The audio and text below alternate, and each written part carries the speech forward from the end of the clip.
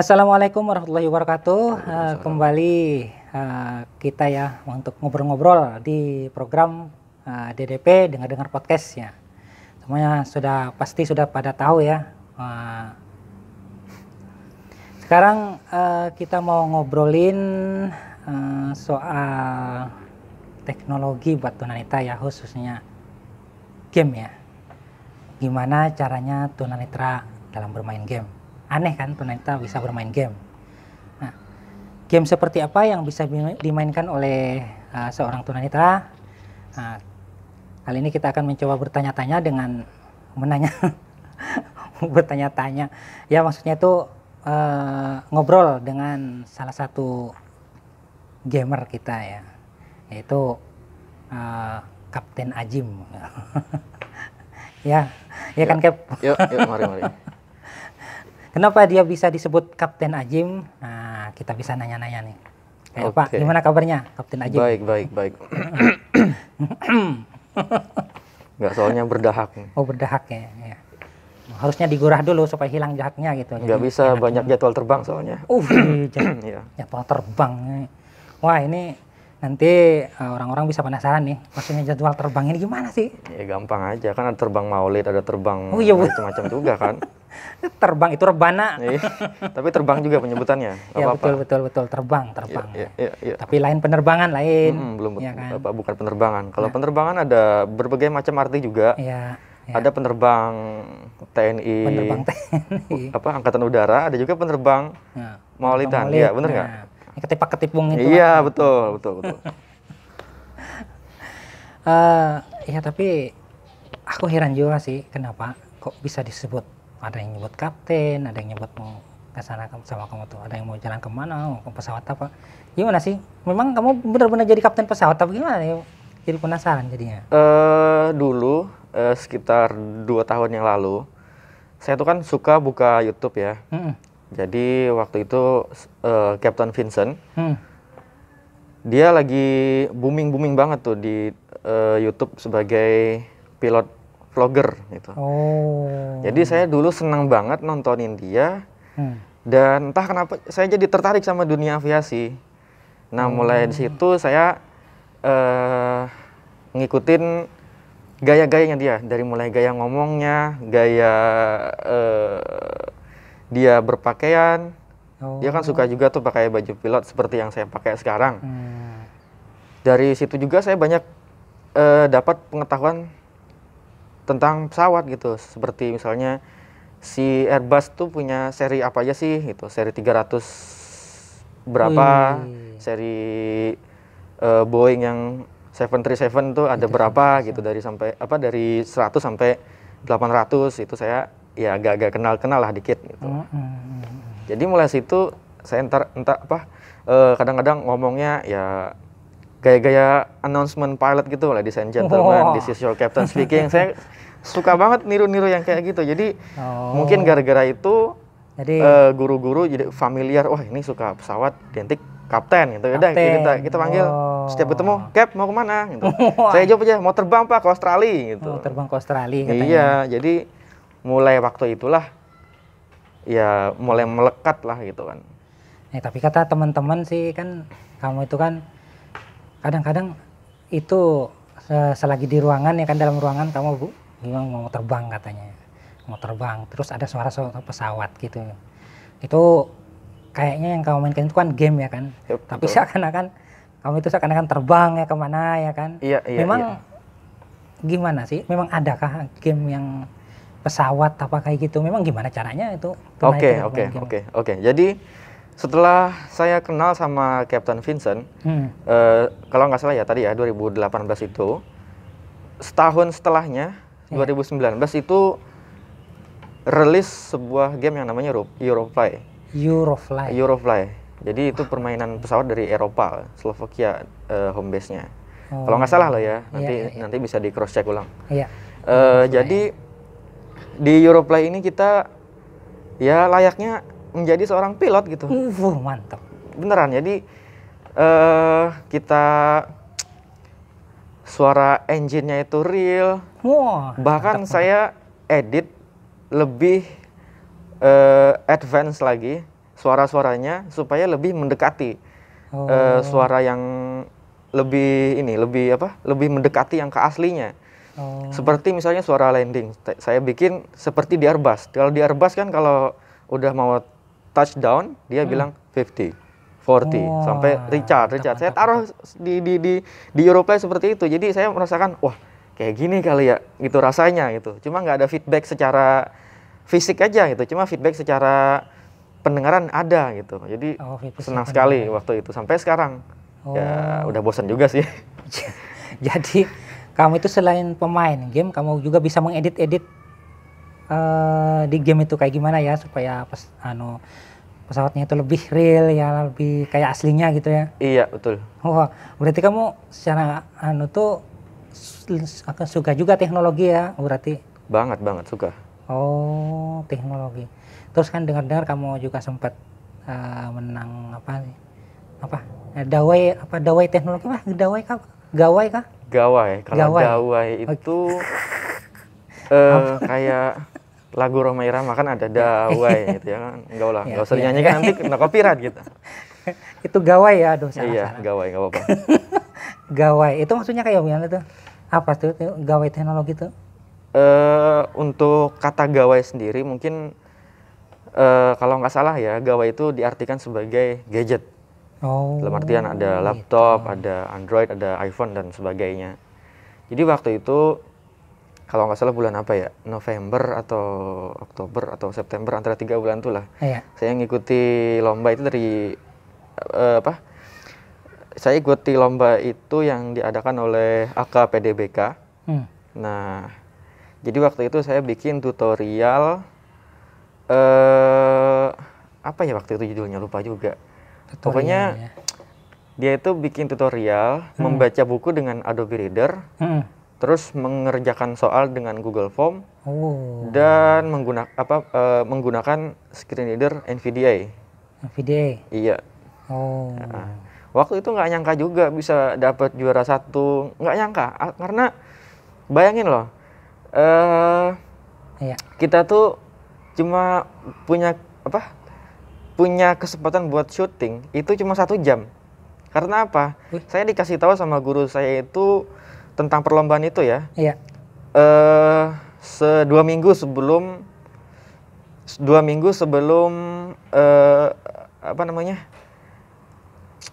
biasanya kan kalau lomba itu ada yang harus dikirim ya, misalnya kayak ini loh footage-nya lombanya ini gitu. Nah, 2 minggu sebelum itu saya dikabarin udah nanti kamu bikin ya konsepnya kayak gini. Ya udah, saya bilang, saya kan memang ya rada-rada acuh lah terhadap hal itu ya kan. Iya. Nah, pas di hari H-nya, kamu harus ngumpul hari ini katanya. Mana katanya ininya. Padahal belum bikin. Jadi belum bikin Pak, konsepnya udah ada, dikit saya bilang. Dikit, padahal belum sama sekali. Padahal belum sama sekali ya, dikit saya bilang gitu. Terus, ini kayaknya seru nih. Jadi, yaudah mana konsepnya? Saya bingung. Iya. Lupa Pak. jadi berbagai macam alasan. Iya, berbagai macam alasan lah supaya saya nggak pengen ikut lah lomba ini gitu. Intinya ya mau bilang kayak gitu. Tapi berbagai macam cara. Iya. Supaya nggak ketahuan banget loh. Nggak pengen ikutnya gitu. Iya. Nah, pokoknya kamu harus ikut. Hari ini juga kita syuting, hari ini juga kita bikin konsepnya. Waduh, saya bilang nih. Pusing sebagian tuh. Jadi hari itu saya nggak turun sekolah, izin. Bikin konsep itu dan jadi. Luar biasa. Jadi. Dan di tengah-tengah kepusingan itu jadi. Iya, jadi. Bener-bener lah emang. Wah, mantap ya. Jadi ya berhasil ternyata ya. Berhasil. Jadi ya begitulah, ada aja hasilnya gitu. Dan nggak nyangka juga bisa dapat number 1 gitu.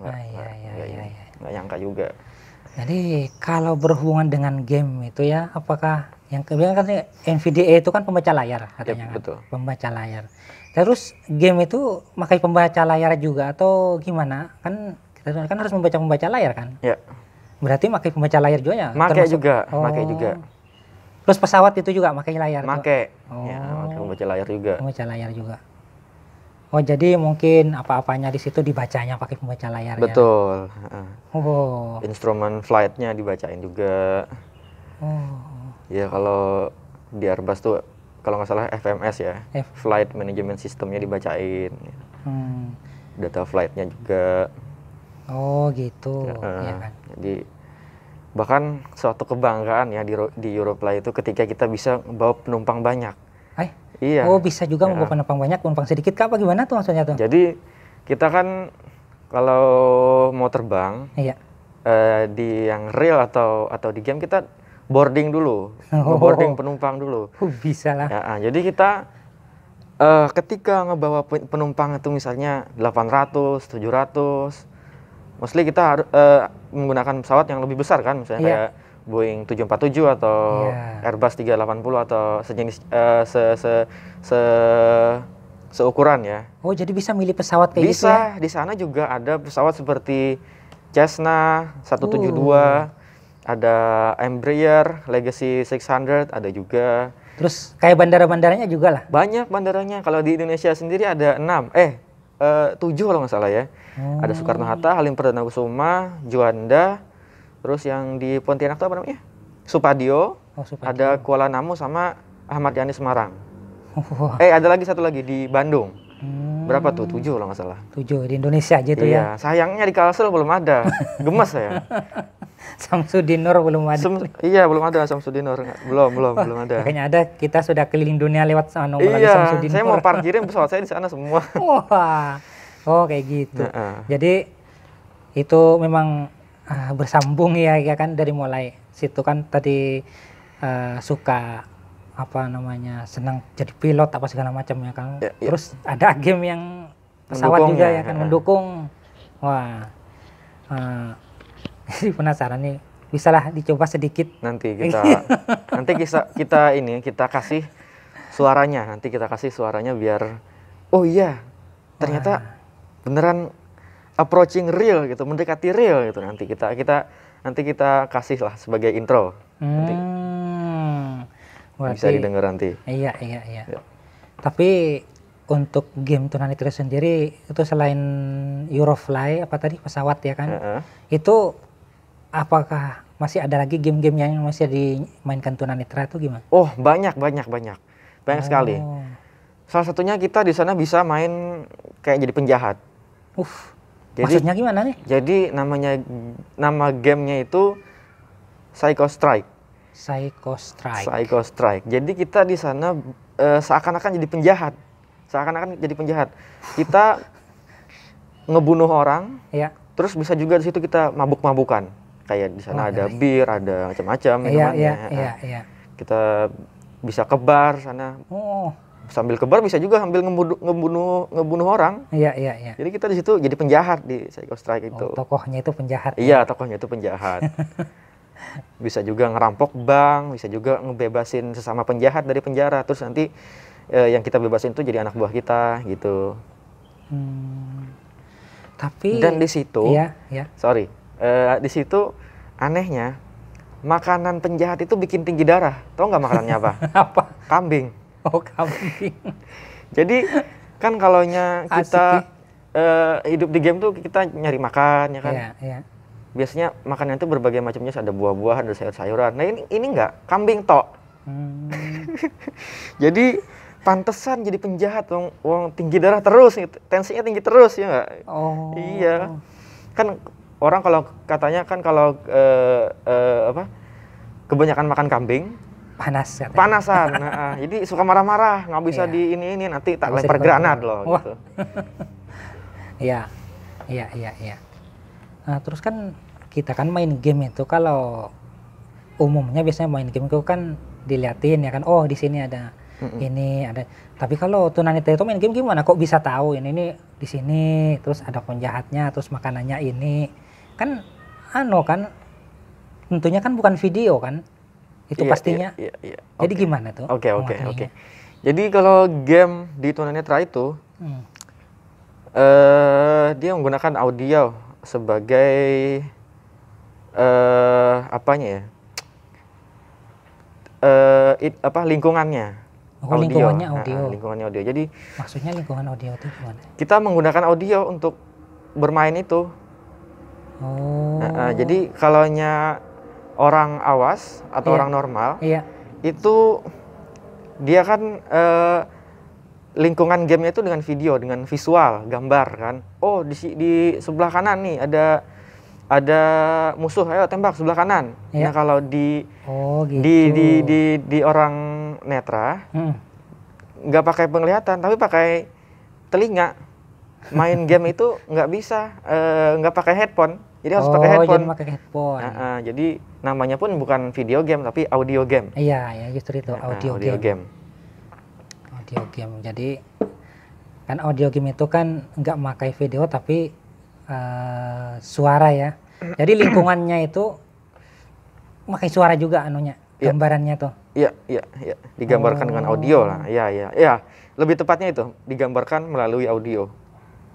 Oh, ya. Oh, game-game itu banyak ya. Dan katanya dengar-dengar dari teman-teman juga kan, game catur ada juga katanya ya. Wah, tunanetra tuh. Banyak kalau game catur mah. Bahkan permainan domino, monopoli juga ada. Permainan domino ya? Ya, betul. Ada juga. Oh, iya. Nah, terus ya sedikit menyinggung soal ketunanetraan itu kan, kamu itu sudah mulai sejak lahir kah gimana tunanetranya tuh? Saya itu mengalami kebutaan. Wow, tunanetra gitulah. Iya, sorry. Kan biasanya bahasanya kayak gitu, kebutaan ya. Saya mengalami kebutaan itu. Kan selama ini nggak ada kan orang ngomong kayak gini. Iya. Saya mengalami ketunanetraan itu sejak, itu jarang sekali terdengar. Jarang sekali. Sih, betul. Orang lebih familiar ke bahasa kebutaan gitu. Iya, lanjut. Jadi saya mengalami kebutaan itu sejak usia 3 bulan. Jadi waktu itu ceritanya saya lagi di ayunan, tidur gitu kan, pas usia 3 bulan. Jadi kakak saya yang pertama lihat mata saya. Iya. Loh, kok ada garis putih gitu di mata saya. Dia report ke ibu. Bu, di matanya adek ada garis putih. Ibu saya kaget. Hah, garis putih? Mana coba saya lihat. Oh iya. Nah, singkat cerita, konsultasi ke dokter. Pak, ini anak saya kenapa? Nah, dijelasin sama dokter. Padatnya. Semenjak itu saya distatuskan ya. Iya. Distatuskan sebagai tunanetra. Oh iya. Yang diakibatkan oleh katarak. Oh, jadi gitu, katarak ya. Katarak. Dari katarak. Dan 2015. Iya. Kataraknya itu diangkat dan sekarang mungkin mata saya kelihatan seperti matanya orang normal. Jadi nggak kelihatan sebagai tunanetra. Oh. Tapi sebagai tapi tetap sebagai tunanetra juga gitu. Oh, sebagai tunanetra juga. Karena waktu itu operasinya ya gimana ya? Ya cukup baik lah gitu. Ya, cukup baik. Cukup baik. Jadi walaupun kayak gitu, biar bermain game itu tetap juga pakai telinga ya, itu seperti tetap juga pakai telinga. Tunanetra pada umumnya ya kan. Iya. Iya.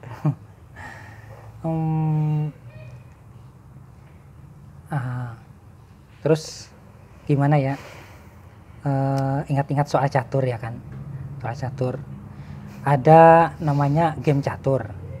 Terus memainkan game catur itu sendiri gimana? Itu kan menjalankan papannya. Nah, masa itu bersuara klatak gitu? Bagaimana? Kenapa catur gitu kan? Gimana itu? Jadi kalau game caturnya di tunanetra, kalau kita bahas yang di real dulu ya. Iya, di real. Kalau yang di realnya, memang ada hubungannya antara di real lawan tunanetra game? Dengan di game? Ya ada. Oh. Kita kalau di real itu papan caturnya ada lubangnya. Iya. Dan untuk menandakan putih dan hitam, itu ditandai dengan tinggi rendah. Jadi tinggi rendah ya. Jadi ada petak yang agak rendah, ada petak yang agak tinggi. Biasanya yang agak tinggi itu ini disimbolkan sebagai petak hitam yang lebih tinggi. Oh, membedakan antara hitam dengan putihnya gitu iya, maksudnya. membedakan hitam dengan putihnya di situ. Oh. Kalau bijinya, buahnya, Iya. itu ada kakinya. Oh, buahnya ada kakinya. Nah, jadi kakinya itu ditancapin ke lubangnya situ. Jadi kalau kita raba, iya, itu dia nggak roboh biji-bijinya. Kan kalau kita kalau catur umum itu iya, ditaruh gitu aja. Kalau kita raba kan roboh dia. iya, Nggak bisa. Oh gitu. Nah, hubungannya dengan game gimana? Nah, sorry. Kalau game itu kita mainnya pakai notasi. Notasi, iya. Do re mi fa sol la si do. Bukan, itu notasi di konteks musik. Oh. Kalau notasi di konteks catur, iya, itu gabungan abjad sama angka. Misalnya jadi A1 sampai A8, B1 sampai B8, dan sampai H. Kalau abjadnya sampai H, kalau angkanya 1 sampai 8. Jadi ada A1, B2, C3, D4, E5, F6, G7, dan H8. G7, H8. Iya. H8 ya lah. Iya. Oh, maksudnya itu yang di papannya itu, yang ada A1, A2, iya, kayak betul. Jadi menggambarkan catur di kepala kita itu seperti itu, pakai notasi. A1, A2, A3, A4 sampai A8, terus B1 itu sampai maksudnya B8. A1 sampai A8 itu ke kanan sini atau ke depannya sini? Oke. Jadi kalau A1 sampai A8 itu ke depan, ke arah musuh. Oh. Kita kalau buah putih itu A-nya itu ada di sebelah kiri atau di posisi gitu. benteng. Itu A1. Iya. Terus kalau hitam, A-nya itu di sebelah kanan. Sama di benteng juga. Iya. A8. Oh. Iya, situ. Oh, gitu ya. Nah, terus untuk caranya bermain game catur itu sendiri kan oke, kalau real kita bisa meraba kan hitam putihnya kan, tak kayak itu ditaruh. Nah, terus kalau main game itu sendiri gimana, kan kita nggak bisa meraba kan anunya kan? Iya. Gimana Jadi kan caranya main gamenya tuh? tadi kan ada notasi. Iya, notasi. Nah, di game catur itu dia digambarkan melalui notasi itu. Oh. Jadi misalnya normal kan, nih posisi normal nih, bayangin aja posisi normal ya, posisi catur. Iya. Nanti di gamenya itu, baik di komputer atau di HP ya. Iya. Ada visualnya juga. Terus ada juga disebutin notasinya. Jadi ya kan kita tunanetra kan kadang mungkin ngeliat visualnya iya, juga nggak kan. mungkin. Nah, jadi disebutin notasinya, misalnya E2 buah putih pion gitu. Oh, E2. Jadi digeser ke kanan lagi, F2 pion putih. Ini berarti bisa dimainkan tanpa game bisa nih? Bisa banget. Oh. Asal kita sudah mempelajari notasinya, udah ngerti konsepnya gitu. Oh, berarti A1, berarti Benteng. B1, C1 ke itu ke kanan. Ke kanan ya. Oh, itu berarti kuda posisinya di B1 gitu ya? Yap, betul. Oh, ini penasaran aku ini. Emang bisa? Coba main ya. Emang bisa? Anggaplah kita ini audio game ya kan. Bisa kita main sedikit? Emang bisa? Iya, soalnya. Pernah juga ya? Penasaran.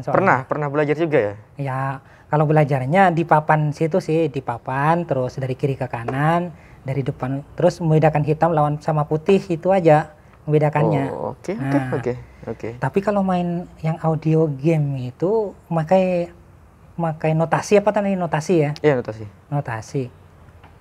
Jadi misalkan kita main bisa kita main sebentar. Oke, coba. Jadi misalkan aku maju, gimana caranya majunya kalau di audio game itu? Misalkan yang di depan menteri itu maju kedua langkah, gimana nyebutannya tuh? Oh, oke. Kalau di game, kita bisa select dulu buahnya. Iya. Bisa tekan spasi ya, pokoknya di-select dulu ya, bahasa umumnya di-select dulu, dipilih dulu, baru nanti ditaruh di petak yang kita inginkan. Kalau penyebutannya, misalnya kita nih, kata masnya tadi, kita mau ngelangkahin pion yang di depan menteri 2 langkah ke depan ya. Iya, gimana? Nah, menteri ini kan ada di petak menteri putih ya, Iya. di D1. D1. Berarti yang di depan menteri itu pion kan? Iya. Di D2. Oh, D2. Kita ya. nyebutnya kayak gini. D2, D4 atau bisa langsung singkat pion D4 gitu. Oh, boleh aja. Boleh. Oh.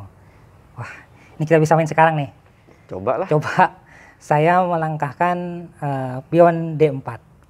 Saya pion D5. D5. Ya.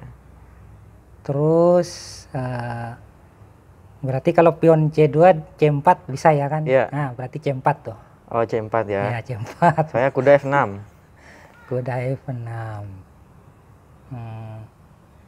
Berarti kuda juga. Kuda. Berarti kuda tuh di B2. Berarti ke kuda C3 B1. bisa. Ah ya B1 ya. B1 ke C3. Ke C3 ya. Bisa, Oke. berarti. Gimana tuh? Ayo. Kuda C6. Udahlah kita main binatang-binatang aja. Main binatang-binatang. Iya. Emang apa? Di depan di depan E. Ya di depan. Berarti E2 ya. Iya. E2 E4 tuh. Ya betul. E2 E4 tuh. E2 E4 ya. Ya.